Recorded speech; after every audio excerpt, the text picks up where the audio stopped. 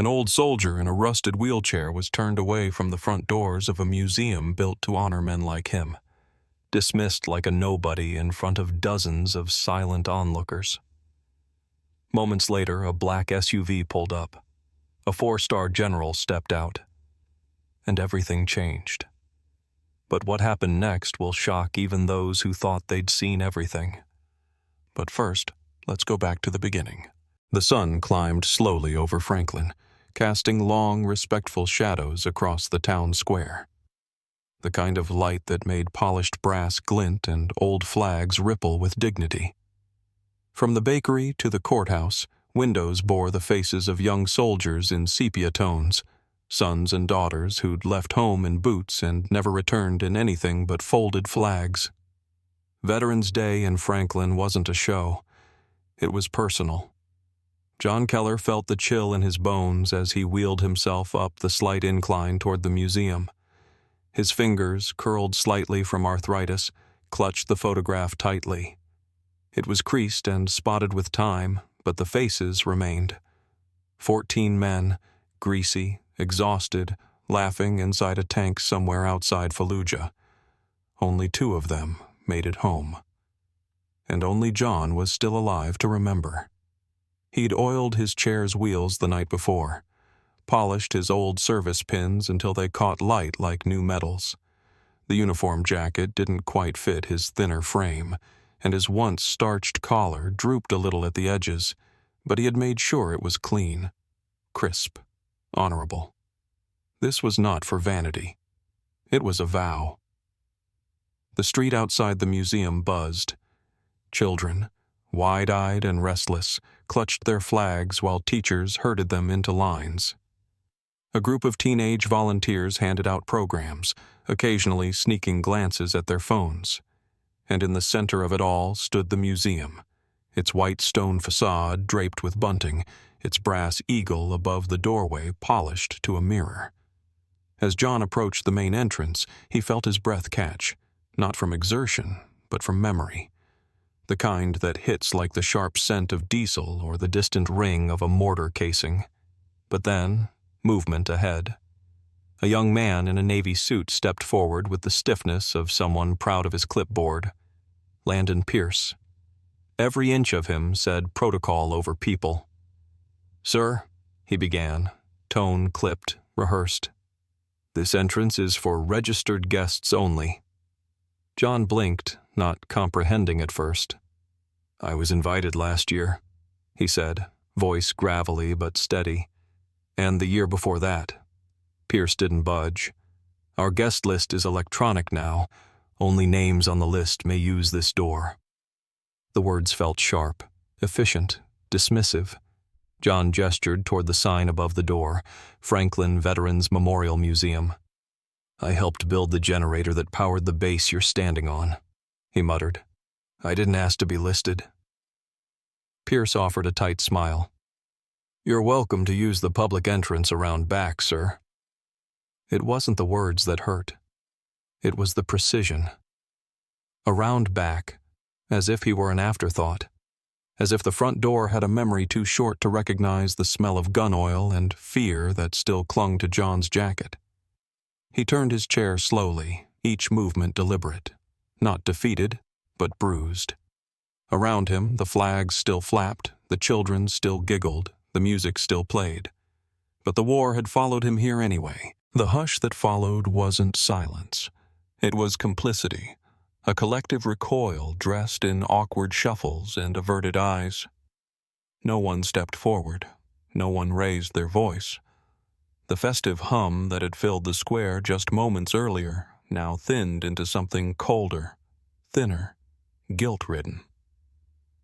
A few adults turned their backs, ashamed to meet the veteran's eyes. A little girl tugged on her mother's sleeve, whispering, "Why is the soldier leaving?" The mother offered no answer. John's fingers trembled against the metal rims of his wheelchair as he pivoted away. The muscles in his shoulders, stiffened by shrapnel and decades of labor, protested with every movement. Pain lanced down his spine, sharp and familiar. But the ache in his body was nothing compared to the hollow, burning heat that pooled in his chest. The photo on his lap, his unit, smiling after a dirty, dust-covered repair job in the Kuwaiti desert, trembled as his hands shook. One of those men had died just yards away from him when a mine hit the fuel truck. Another bled out in the chopper before they could lift off. Today was supposed to be about them. He had planned every word of the speech he was invited to give last year, but never had the courage to read aloud. This time, he was ready. He'd practiced until the sentences stopped making him cry. And now, denied, redirected, erased. A cameraman from Channel 4 News, originally dispatched to capture heartwarming B-roll of school kids waving flags, caught the scene from the sidewalk.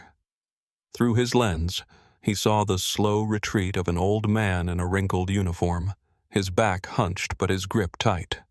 No confrontation, no theatrics, just a silent surrender that looked, somehow, more violent than shouting ever could. Inside, the auditorium glowed with soft overhead lighting and polished wood. Landon Pierce, oblivious to the weight of what he'd just done, sipped from a plastic water bottle and adjusted his earpiece. The ceremony was ahead of schedule, a personal point of pride. "One less wild card to worry about," he muttered to his assistant, not bothering to keep his voice low. Guy looked like he came from a VA nursing home. The assistant chuckled nervously, but her smile faded when she saw a black SUV pull into the staff lot through the side doors. A figure stepped out. Tall, straight-backed, his uniform crisp even in retirement. 4 stars on each shoulder. General Alexander Monroe had arrived, and he had heard everything. General Alexander Monroe was not a man easily moved, not by ceremony, not by flattery, and certainly not by theater posing as patriotism. He had buried men with his own hands, drafted letters to grieving mothers before sunrise, and stood knee-deep in blood-soaked sand more times than he could count. He had come to the Franklin Veterans Museum that morning with no intention of being seen. He wasn't there for applause. He wasn't there to speak. He had come to remember, to mourn, and to bear witness for those who never returned. But what he'd witnessed instead was a disgrace. From the shadowed edge of the staff lot, he had seen the exchange clearly. The clipped dismissal, the slow, painful pivot of the wheelchair, the quiet humiliation stitched into every inch of the old soldier's retreat. Monroe's jaw tightened, lips pressed into a line honed by decades of command. The temperature seemed to drop around him. "Ainsley," he said without turning to his aide, voice razor thin. "Bring me the director, now." Carla Dean arrived in less than 2 minutes, heels clicking against the concrete, a clipboard clutched to her chest like a shield. Her face, normally powdered into a mask of civic confidence, had lost its color. She knew who he was. Everyone did. General Monroe wasn't just a name. He was history walking. She began before he could speak. "General Monroe, we are deeply honored by your visit. I can assure you—" He raised one finger. "Stop." She froze. "I just saw a combat veteran turned away from this building. Your building. A man in a uniform older than half the guests in there. Turned. Away." Her mouth opened, then closed. She offered a frail smile. "There must have been some miscommunication." "Don't," he said sharply but without volume. "Don't insult either of us." He stepped closer, gaze like steel behind glass. "This museum exists for men like him, not for name tags, not for brunching donors or ribbon-cutting photo ops." Carla flinched as if struck. "You'll clear this building in 10 minutes, Monroe said, slow and deliberate. "Not 15, not by intermission. 10. She hesitated, lips parting again, some bureaucratic rebuttal loading on her tongue. "And if you don't," he continued, voice now laced with venom, "I will ensure every federal funding stream this institution relies on dries up before next quarter. I'll call every congressional contact I have, And you can explain to the public why their Veterans Museum became a private gala with no veterans. He stepped back. Now get it done. Carla nodded, mute, clipboard trembling. General Monroe didn't need to raise his voice. He was the voice. The order came down like a fire alarm in a cathedral, jarring, undeniable, and absolute. Staff moved quickly, some without understanding why, others not daring to ask. Whispered directives spread from earpiece to earpiece. The keynote speaker was cut. The choir dismissed. The tribute video, months in production, never aired. One by one, the guests were ushered out into the courtyard, confused and murmuring beneath the grand rotunda dome, their heels echoing against the polished marble as if the building itself were embarrassed by what it had just witnessed. "Is there a bomb threat?" someone asked. "No, worse," muttered a staff member under his breath. "There's a general who's angry." Outside, the mood hadn't yet caught up to the chaos inside. John Keller sat where he'd stopped, under the half-shade of a sycamore tree at the edge of the back lot, jacket still buttoned despite the growing warmth, hands folded over the photo in his lap. He hadn't left.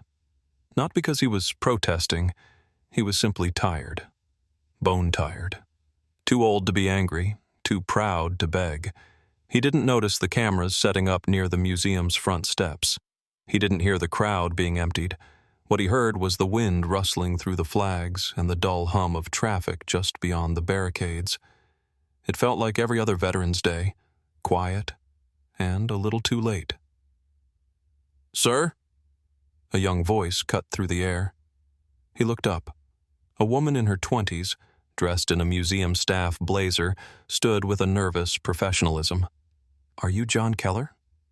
He nodded slowly, unsure if this was the next humiliation or the beginning of something else. "General Monroe asked me to bring you to the front." The walk back was different. Eyes followed him now. Journalists adjusted their focus. Phones rose into the air like flowers tilting toward sunlight. On the steps stood General Monroe, spine straight, expression unreadable. When John reached him, the general raised his hand and offered a crisp salute, then pulled the old man into an embrace. The silence cracked. The general turned to the crowd and the cameras.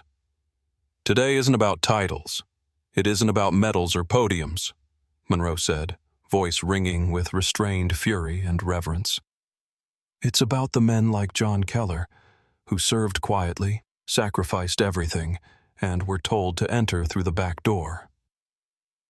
The speech lasted less than a minute. It didn't need more. By sunset, the video had climbed to over 4 million views. Hashtags flooded every platform. #HonorJohn, #NoBackDoor, #Veterans deserve better. But it wasn't the virality that mattered. It was the look in John's eyes. When someone finally stood up so the country could sit down and listen, the headlines came fast and loud. "Veteran denied entry sparks national outrage." "General Monroe shuts down museum ceremony in act of protest." But beneath the media flare and social media storms, a quieter transformation began to unfold, one rooted not in noise but in principle. The board of the Franklin Veterans Museum convened in a closed-door session just 3 days after the incident. By then, Landon Pierce's smirk at the podium had become a meme for institutional arrogance. His clipped words, "Around back, sir," had been transcribed, quoted, and dissected on every major network. The board, most of them veterans themselves, didn't debate for long. The vote to terminate his position was swift, unanimous, absolute. The press release was diplomatic. "The museum is committed to reflecting the values of those it honors. Changes in staffing reflect our renewed dedication to that mission." But behind the scenes, the message was clear. No ceremony, no sponsor, no social calendar would ever eclipse the sacred purpose of the museum again. Meanwhile, John Keller's life had changed, though he never asked it to.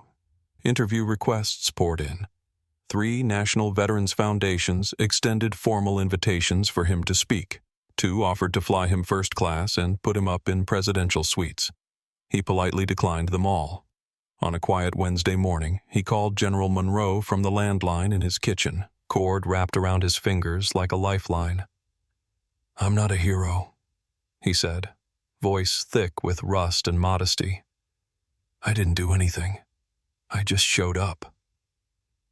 Monroe didn't rush to answer. Then, with a voice low and certain, he replied, "You reminded us what real honor looks like. That's more than most ever do." That winter, the museum held a private rededication ceremony.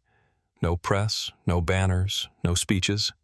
Just veterans, their families, and a single craftsman carefully mounting a plaque beside the front door, cast in bronze, polished by hand, and lit by a single spotlight each night.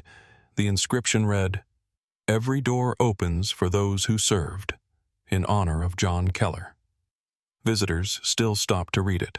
Some traced the letters with their fingertips. Some removed their hats. John never returned to the museum. He didn't need to. The building had learned how to stand at attention